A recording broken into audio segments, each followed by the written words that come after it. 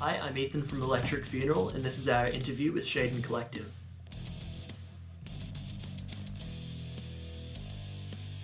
So I'm the guitarist and the singer in the group, and then we've also got my younger brother Angus on the bass guitar. In terms of our music, we make thrash metal broadly. It's also got a bit of like death and black metal influences, but I think thrash best captures the essence of it. You know, nice and fast-paced and energetic type stuff is what we like to go for, with a nice bit of complexity in there as well.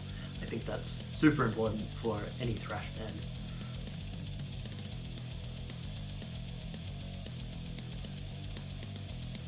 So musically, I'd say that our sound is very similar to like the early Bay Area stuff, so early Metallica, Exodus, and even like some of the more mid-late Slayer albums, like, you know, obviously the main three from Rain and Blood to Seasons, but even a little bit beyond that to like God Hates Us All and those sorts of albums as well.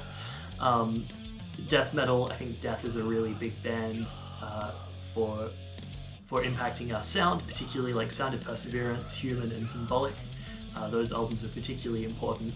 And then in terms of the black metal stuff, I think probably Dark Throne is the biggest influence there, particularly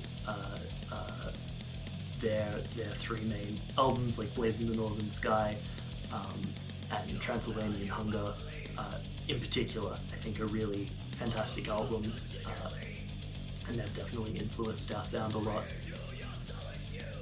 In terms of personal influences, I think broadly there's... sorry, I should finish off musical influences.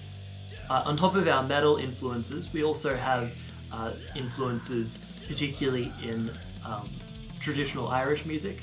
So bands like the Wolf Tones, the Pogues, the Dubliners, the Chieftains, these are bands which myself and Angus have grown up with, and which are really important for our sound, I would say, particularly in terms of the way that I think about writing lyrics and think about structuring songs. That's very derived from those bands, particularly like Shane MacGowan's lyrics I find really compelling, but then also like I think all of those bands, I mean obviously the Chieftains are mostly instrumental, but the other three, like their lyrical content is just so strong, and I think their meshing of like dark humor with really poignant issues is very important. I think it's a good way to approach those more serious topics, is to come at them with a sense of maybe not levity, but a sense that, you know, like a cynical kind of humor. I think that's really important, and I think it's a kind of way to deal with those emotions. In terms of more personal influences, I am a philosophy student, and that definitely influences a lot of my lyrics as well. So in particular, I'm influenced by the phenomenological tradition. So philosophers like Edmund Husserl, Jean-Paul Sartre, Maurice Merleau-Ponty, Emmanuel Levinas, they're particularly important for me and for the lyrics that I write. Particularly, I think Sartre for my political affiliations and that kind of thing has been particularly important. And I would even extend that to other philosophers in the like leftist tradition as well.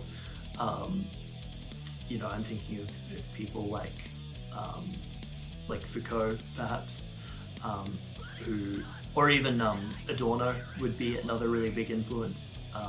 Noam Chomsky would be a major one. All different kinds of philosophers who tackle the way that it is to be in the world, but then also the duty that then means that we have towards others. I think that's kind of at the base of what we're all about. It's about recognizing the being in the world, but then also recognizing that we're not just being alone, we're being with others, and then that entails a certain set of duties that we have to others. What inspires you to create music, and what drives you to keep going? I think the creation of music is usually begun because there's something you want to say that's kind of unsayable. There's some kind of emotion which isn't exactly easy to express in a normal way, and so it drives you to write music about it. I think that's why you end up with a lot of music with really like cringe lyrics, if that makes sense, because there's these things that you want to express that you don't feel comfortable expressing, and then maybe they come across in not the best way because they're that kind of emotion. And I think that part of why you would choose the form of music as well is because there's this third dimension to the way that you're expressing yourself. It's not purely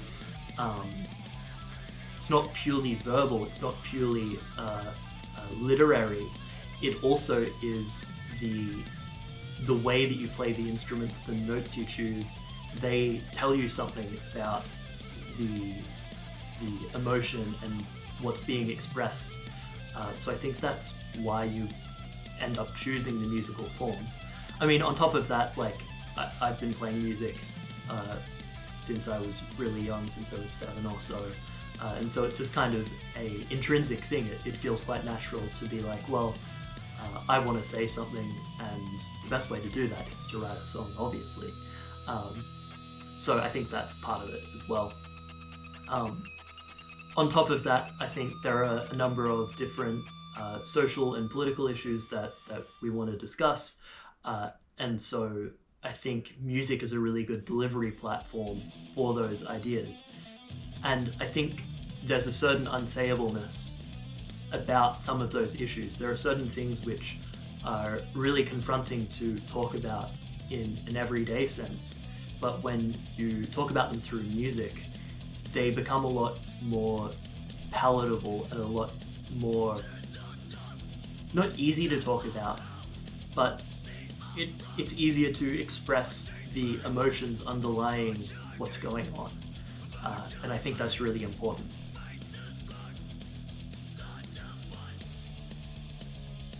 I think my favorite live show memory was we played the Bad Decisions Battle of the Bands one year, and it was the finals for that, and that was a great gig because it was like front to back, everyone was moving during our set. It was great fun. It was the first gig we played with All Monsters Are Human as well, from what I remember, and they killed it as well. It was a great night.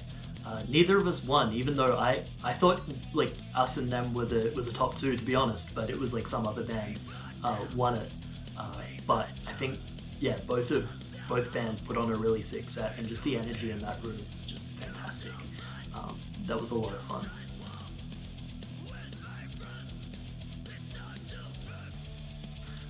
I think our stance is broadly humanist in approach. Fundamentally, our stance is that all people are humans, and we ought to do what we can to ensure that that everyone is respected, has their rights upheld, and so that's broadly the position we take. However, I think that we also have a certain edge to us where it's kind of anti-imperialist, emancipatory politics as well, where issues like Palestine, Sudan, Congo, these anti-imperialist movements, also obviously Indigenous Australian rights, I think are super important. And so these kind of anti-colonial, anti-imperial, emancipatory projects, I think, are super important and are very influential for the stances that we take. I think broadly you could describe this as a band which looks to provide a political ethos which is based in shared humanity. And I think that that needs to underlie a coherent politics. And I think that working on issues like unionization, workers' rights, is also super important, and that's definitely a part of what we talk about as well, because ultimately, if any of us is going to have rights, then all of us needs to have rights. And so I think working to enhance the rights of the common people for the common good is kind of the highest priority. And so that's why we're super passionate about talking about these issues where you've got large swaths of ordinary people who are, in essence being used as political pawns for large nation states, for wealthy businesses, wealthy business people in particular. And so it's important to us that we work towards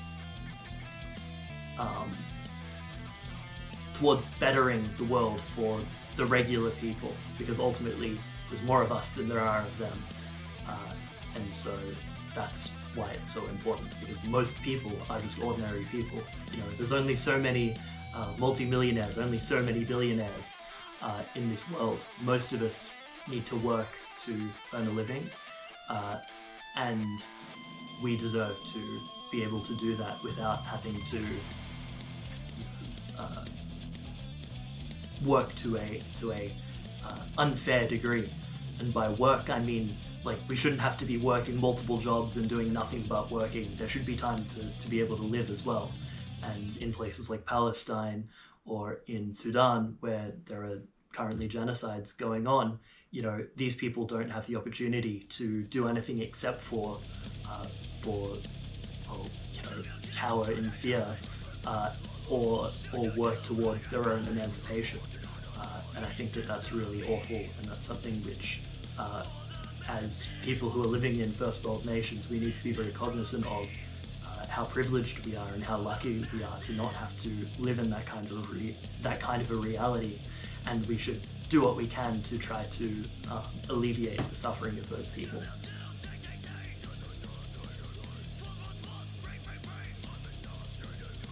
So the band's pretty democratic, I would say, in this sense. Usually what we do is we just send a message to the group chat, and if we've got some idea, if all of us agree to it, then that's what we do. It's kind of democratic in the sense that we need all of us to be on board to do something. That's generally how we make all of our decisions. Obviously there's compromise sometimes, but it ultimately is compromise that leads to unanimous agreement, and that's how we make our decisions.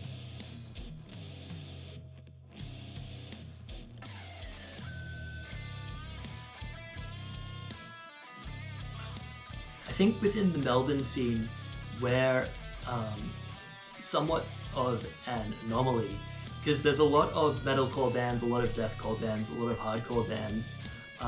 There are definitely some thrash bands, but there aren't as many as those other genres. And so I think we're in a really cool niche in that sense. Generally the younger bands aren't thrash bands. And so, I think that's our little niche, is that we're able to do it in that way. And I think it's also just a broad enough genre that even when you look at other thrash bands that are in a similar position, like if you look at Common Evil or Serpentry, for instance, we sound completely different from each of them, and they sound completely different from each other as well. So I think that's why it's such a cool genre, whereas I think some of those other genres, perhaps there's a little bit less differentiation between bands. That's not to say that that's a bad thing. Obviously, that's part of the thing with being in a genre, right? Is that you've got a bunch of bands who sound similar. That's how we categorize them. But I think there's more room for expression in thrash, in my opinion, and I think that's part of why it's it's something that I'm drawn to.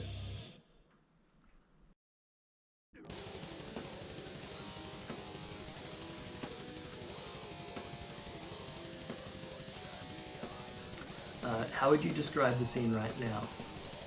I think the scene in Melbourne is in a really tricky place because, in general, in Australia, it's my observation that we kind of broadly don't care about an artist until they've made it overseas.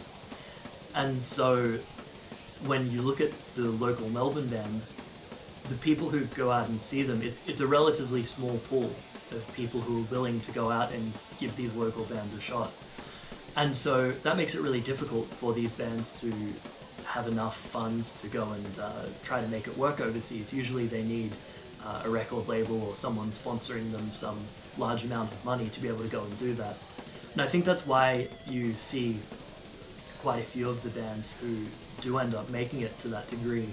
You know, they've come from wealth of some kind, or they've got some kind of industry connections. But that's not always the case, obviously. And so I think within the Melbourne scene, what's really cool about it is that everyone's more or less on an even playing field. And because of that, the cream does rise to the top within the scene. But it's just a matter of how can we break out from that scene. I think that's the challenge right now for a lot of bands. There are a lot of Australian bands, really great bands, who are kind of on the cusp of being able to move things forward. But it's just so difficult because Australia is so far from everything else. And already metal's like a relatively small thing compared to other music genres. So it's a really tricky position for a lot of these bands to be in. I think musically, Melbourne has a really interesting diversity of bands. In the metal scene, as I was saying, there's a lot of metalcore, deathcore, and hardcore. But there are like your thrash bands, a lot of really cool punk bands are out right now. I think, you know, like Amyl and the Sniffers have inspired a lot of really cool punk bands. And so yeah, there's a lot of cool stuff going on. A lot of really cool prog stuff as well, influenced by King Gizzard and the Lizard Wizard. So I think that's awesome also that we've got that diversity of different genres.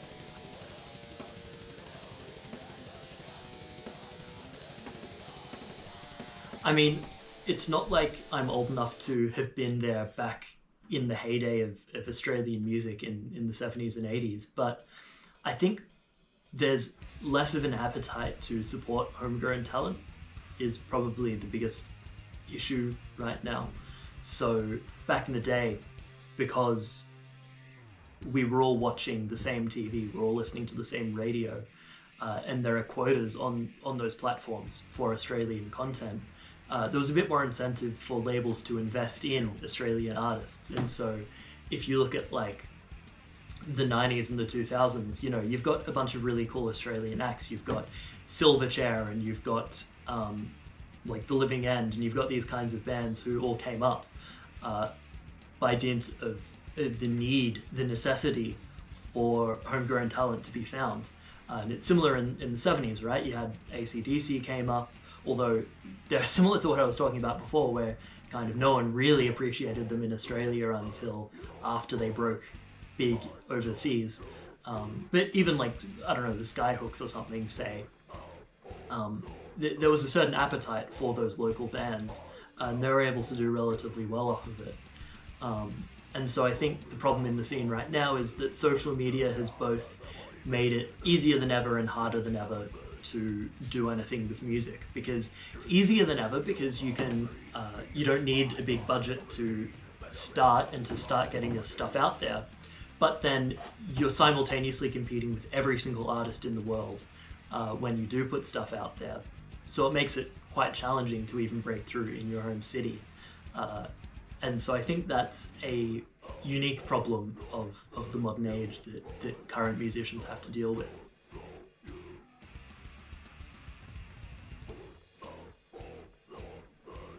Okay, let me try to not miss any. So, okay, in terms of local bands that I would recommend, my all-time favorite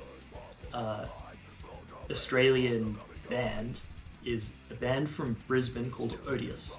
I don't think they play anymore. They were recording an album and it hasn't come out. But I remember I saw them at Whole Lotta Love in maybe 2021.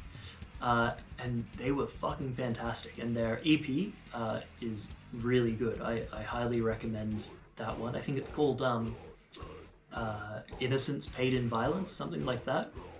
Such a brilliant EP. Definitely check that out. That's like, there's a lot of Australian bands I like. That's one of the few bands that I like listen to on a similar level of rotation as any other band, like regardless of how much I like them. They're absolutely one of my favorites. In terms of the Melbourne scene, I think Common Evil, Serpentry, Almost as a Human, they're three bands that we absolutely love. Circle of Blood as well, Bludger. I think those are all some really strong bands. There's a bunch others which are really good, but if I was to recommend bands that like I have on regular rotation, those are definitely my strongest suggestions to check out. Hang on, are there any others that I should be mentioning? Yeah, there probably are. There are probably others that I should be mentioning as well, but those are the ones I can think of off the top of my head.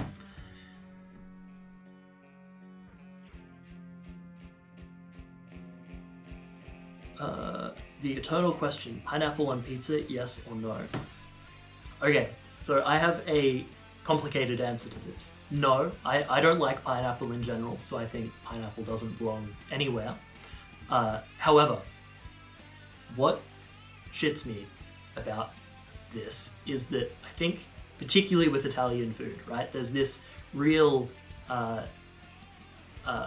thing where people are like, oh, you've got to do it this way because this is the traditional way to do it. Doing it any other way is a sin against humanity. And I think that's rubbish, because the reason why Italian food got to the place it got is because they stole a bunch of random shit from different places and mashed it all together and made their own thing with it. You've got noodles that came from East Asia, make that, oh, it's pasta now. And you've got tomatoes from the Americas and stuff, oh, we'll make that into a sauce. And I'm sure plenty of their culinary techniques and stuff come from all over Europe, and all different vegetables and stuff pass through different spices and herbs and stuff. So I don't think it's really fair to be like, oh, this is where the development must stop. You can only go this far and no further. That's rubbish. Because the reason why you got these good things is because people just didn't give a fuck and they just experimented with stuff. And so I think the gatekeeping on Italian food in particular is really stupid.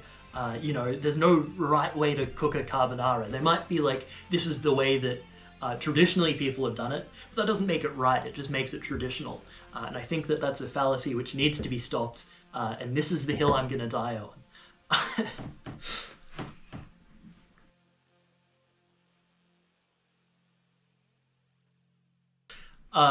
Look, to be fair, 5 years is both a long time and not that long a time.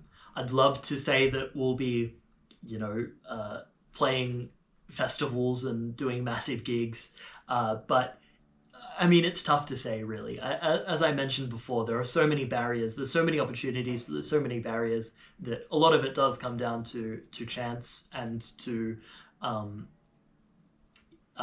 getting in the right place at the right time so that you have access to the right opportunities. I'm hoping that suddenly we'll be continuing to release music, we'll put out some really great stuff. I'm hoping that we can continue to grow within the scene, but I'm cautious to say that we'll definitely be this incredible, internationally touring band doing stadiums and stuff, because, that's probably unlikely. But I hope that we can have a solid base of people who want to come to our shows within Australia, and hopefully we can be playing some really cool shows within Australia. I'd love to try to open for some kind of bigger band, because I think there are so many opportunities like that often go to like one or two specific Australian bands, and it would be great for that to be democratized a bit more to where some other bands get a shot. So I would love to be able to open for like, you know, Testament or bands like that, where it's like they're not necessarily the top tier, you know, it's not opening for Metallica or something, but they're like of a certain prestige where it's like, oh fuck, that would be so cool to open for them. So yeah, that's kind of the hope. I would love to be doing stuff like that.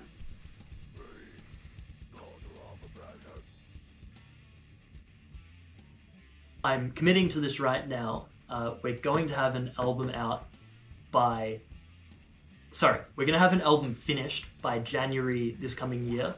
And we're going to be releasing it as a series of singles, like kind of as a what they call a waterfall release, where you kind of release your singles sequentially and then build that into an album. So probably by the end of February or something, we'll have the full album out, maybe like mid-March at the latest. But yeah, that's the next goal. We've got 5 songs done. We're looking to do 8 in total. Probably we'll try to write a couple more, and then, you know, we'll have some room to bin some shit ones, because I think that's always a really good way to go about it. I remember reading about System of a Down, the way that they came up with Toxicity, why that's such a strong album front to back, is because they wrote like 50 songs and they chucked most of them out, like 40 of them out, and then there's just the 10 that's on the album, and all of them are bangers, you know. So I think that that's a really good way to go about things, is to write more than you need, and then cull all the crap so you just get super strong songs. Because at the end of the day, that's kind of what's important, is coming out with a few songs that you're really proud of, rather than coming out with just the next 8 songs you write. And I think that's a mistake that a lot of us can fall into really easily. And so I kind of want to try to resist doing that if I can.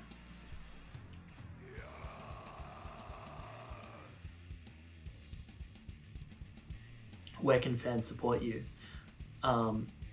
If you want to support us, the best place to do so is to follow us on Instagram and to check our stuff out on Bandcamp. Those are the platforms where we're most active on. Also Facebook, we don't have enough Facebook likes, so if you could do that as well, that would be fucking brilliant. Also follow us on Bands in Town. We probably won't have any gigs until like early next year, Q1 next year, but that's where you will see them. Either there or Instagram, you'll see the posters. We'll promote the fuck out of any gig that we're playing. So yeah, that is how I would like you to support us if you can. Thank you very much for watching. I've been Ethan from Electric Funeral. Make sure to stay tuned to Schaden Collective and keep supporting the local scene. Cheers.